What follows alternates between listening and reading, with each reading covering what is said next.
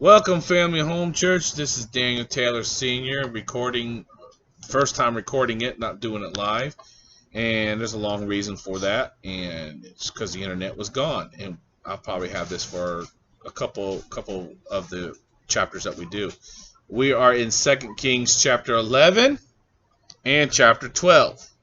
When Athaliah, the mother of Ahaziah, saw that her son was dead, she rose and destroyed all the royal heirs, but Jehoshabeth, the daughter of King Joram, sister of Ahaziah, took Joash, the son of Ahaziah, and stole him away from among the king's sons who were being murdered. So she just gets up. I mean, this woman went crazy and started killing everybody. And it happens. I mean, it even happens today. It's amazing how these people were then, and we are today. People say, "Well, people weren't like that thousands of years ago." Yeah, they were. Well, women aren't like. Yeah, some women. That was a woman who did that. She went and murdered a whole bunch of people. Mass murder. And stole him away from among the king's sons who were being murdered, and they hid him and his nurse in the bedroom with from and hid him with his nurse in the bedroom from Athaliah, so that he was not killed. So he was hidden with her in the house of the Lord for 6 years while Athaliah reigned over the land. In the 7th year, Jehoiada sent and bought the captains of hundreds of the bodyguards and escorts and brought them into the house of the Lord to him. And he made a covenant with them and took an oath from them in the house of the Lord, and showed them the king's son.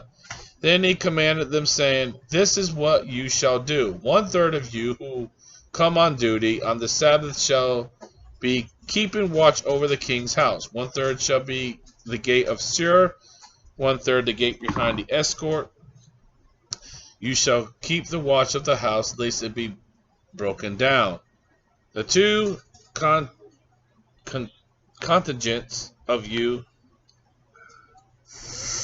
of who of you who go off duty on the Sabbath shall keep the watch of the house and the Lord of the king. But you shall surround the king on all the sides, every man with his weapons in his hand, and whoever comes within range, let him be put to death.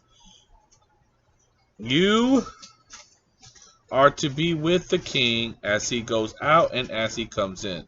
So the captains of the hundreds did according to all that Jehoiada the priest commanded.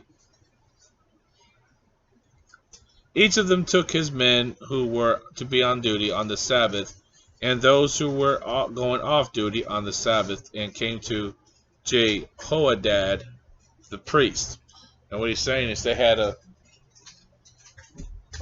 not just have their sword or their weapon inside their sheath or on their person, they had to keep it in their hand, ready to attack anybody that came near the king. And the priest gave the captains of hundreds and the spears and shields which had belonged to King David, that were in the temple of the Lord. Then the escort stirred every man with his weapon in his hand, and around the king, all around the king, from the right side of the temple to the left side of the temple, by the altar and the house. And he brought out the king's son, put the crown on him, and gave the testimony. They made him king and anointed him, and they clapped their hands and said, "Long live the king." Now when Athaliah heard the noise of the escorts and the people, she came to the people in the temple of the Lord. When she looked, there was the king standing at the pillar according to the custom, and the leaders of the trumpeters were by the king. All the people of the land were rejoicing and blowing trumpets. So Athaliah tore her clothes and cried out, "Treason, treason!" And Jehoiada the priest commanded the captains of hundreds and the officers of the army, and said to them, "Take her outside under guard, and slay with the sword whoever follows her, for The priest said, "Do not let her be killed in the house of the Lord." So they seized her, and she went by way of horses entrance into the king's house, and there she was killed.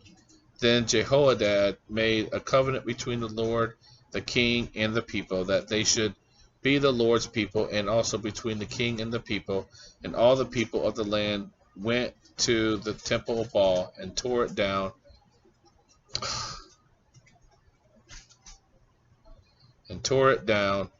They thoroughly broke it in pieces, its altars and images, and killed Matan, the priest of Baal, before the altars, and the priests appointed officers over the house of the Lord. And he took the captains of hundreds, the bodyguards, and the escorts, and all the people of the land, and they brought the king down to the house of the Lord, and by the way of the gate, and the escorts of the king's house. Then he sat on the throne of the kings. So all the people of the land rejoiced, and the city was quiet, and they had slain Athaliah with the sword in the king's house.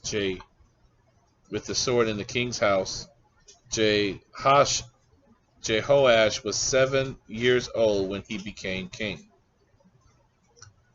And the 7th year of Jehu, so he's pretty young king, 7 years old becoming king. He was held out for a long time because he was just a baby when she went out in a rage trying to kill everybody. And she wasn't supposed to take over as queen. There was no authority for her to do so. There's a whole biblical reference of different things I could speak to you all about that and what it says about a woman being leadership, and that there are several references in the Bible that it's not supposed to happen. Now, I'm not trying to put down women. That's not my goal here, because there are people who say, well, that means that they're not supposed to be ministers. No, it doesn't say that. They are supposed to be ministers. Matter of fact, it does tell the women to minister and teach the younger women to be good wives and housewives and different other things. I prefer to have a woman teacher teaching my children at a young age, not necessarily at an older age, but definitely as a younger age. Women have a better ability to teach kindergartners in 1st grade, 2nd grade, 3rd grade, 4th grade, and so on. I didn't have my first, except for, no, not even in band. The only male teacher I guess I could say I had at a young age was PE teacher. Other than him, the first male teacher I actually had wasn't to 6th grade. And that, to me, is a good thing. So, no, it doesn't say you can't be ministers, but it does have references in the Bible, and we'll get into that another time, about not being a ruler. And yes, all these feminists out there that say it would be better off if we had women ruling, if you look in history, not even biblical history, history in general, you will see several wars, several incidences where feminism was a bad idea. If you get into the Word and you listen to the Word and you know the Word, guess what? You will do the Word properly, and there will be less trouble in your life. In the 7th year of Jehoash became the king and reigned 40 years in Jerusalem. His mother's name was Tabiah of Beersheba. Jehoash did what was right in the sight of the Lord all the days of which Jehoiada the priest instructed him. But the high priests were not taken away. The people still sacrificed and burnt incense. Dang it. Trying to scroll up. I lost my place. Incense in the high places. Anytime it mentions the word the high places, it's talking about other gods. It's talking about the Baals lots of times. Baal is a false god. That's a reference from Stargate SG-1. False god. Dead false god. I always loved Teok. Teok was cool. He always had the right things to say. Anyways, if you're a Stargate fan and you heard Baal, and he was the last of the system lords on Stargate, Baal was a false god, but he is in here. There were people worshiping. I can see myself in my glasses for the first time ever on these things. I got to sit like this. He was being worshipped by many different people. Just like Ra and all the other different, there were so many different gods in ancient times. Egypt, the Greek, Romans, they all had different gods. Baal was from the that area. I'm trying to think something, but anyways, when they say the high places, that's usually what they're talking about. So they were still burning them. There were still some people worshiping the false gods. And Jehoshua said to the priest, "Oh, stop! All the money of the dedicated gifts that are brought into the house of the Lord, the true God, each man sends his money, each man's assessment money, and all the money that man purposes in his heart to bring to the house of the Lord. Let the priests take it themselves, each from his constituency, and let them repair the damage of the temple wherever any dilapidation is found."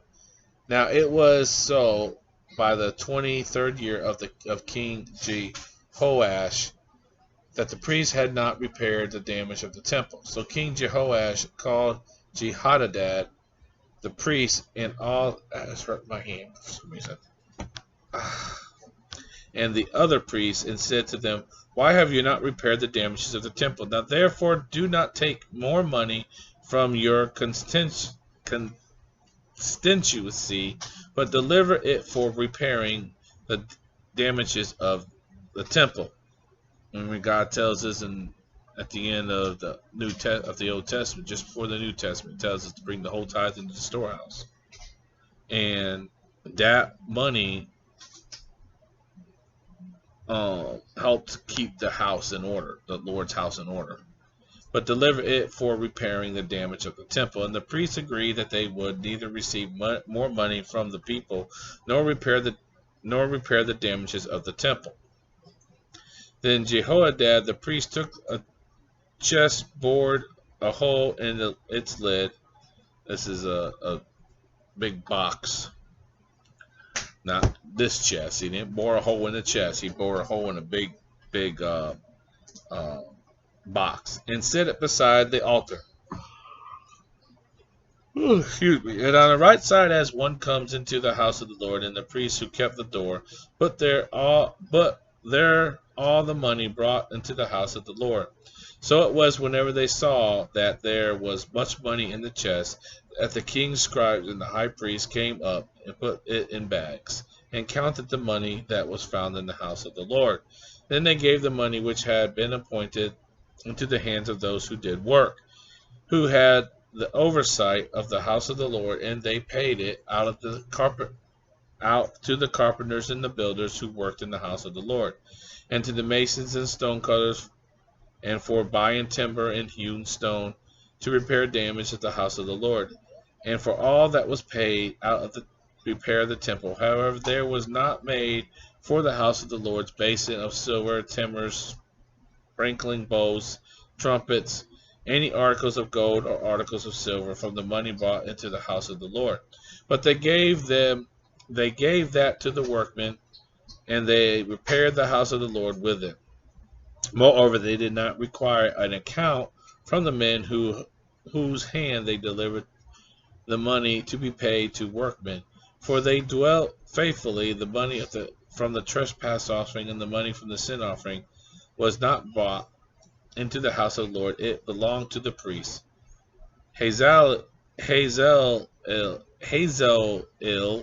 king of Syria, went up and fought against Gath and took it. And then Hazael set his face to go up to Jerusalem. And Jehoash, king of Judah, took all the sacred things that his fathers, Jehoshaphat and Jehoram and Ahazai, kings of Judah, had dedicated in his own sacrifice things, and all the gold found in the treasury of the house of the Lord and the king's house, and sent them to Hazael, king of Syria. Then he went away from Jerusalem. Now the rest of the acts of Joash and all that he did, are they not written in the book of Chronicles of the kings of Judah? And his servants arose and formed a conspiracy and killed Joash in the house of Milo, which goes down from Silla. For Josachar, the son of Shemith, and Josabad, the son of Shomer, his servants struck him, so he died, and they buried him with his fathers in the city of David. Then Amazai, his son, reigned in his place. Whew. So there we are, folks. Ending 11 and 12 of 2 Kings. We will be in 13-14. We'll do 13-14 on Friday. And then 15-16 on Saturday. And if we can get a blessing where our internet server will be back on, we'll see you then. Well, we actually. Anyways, like, share, subscribe. Many blessings in Jesus' name. Amen.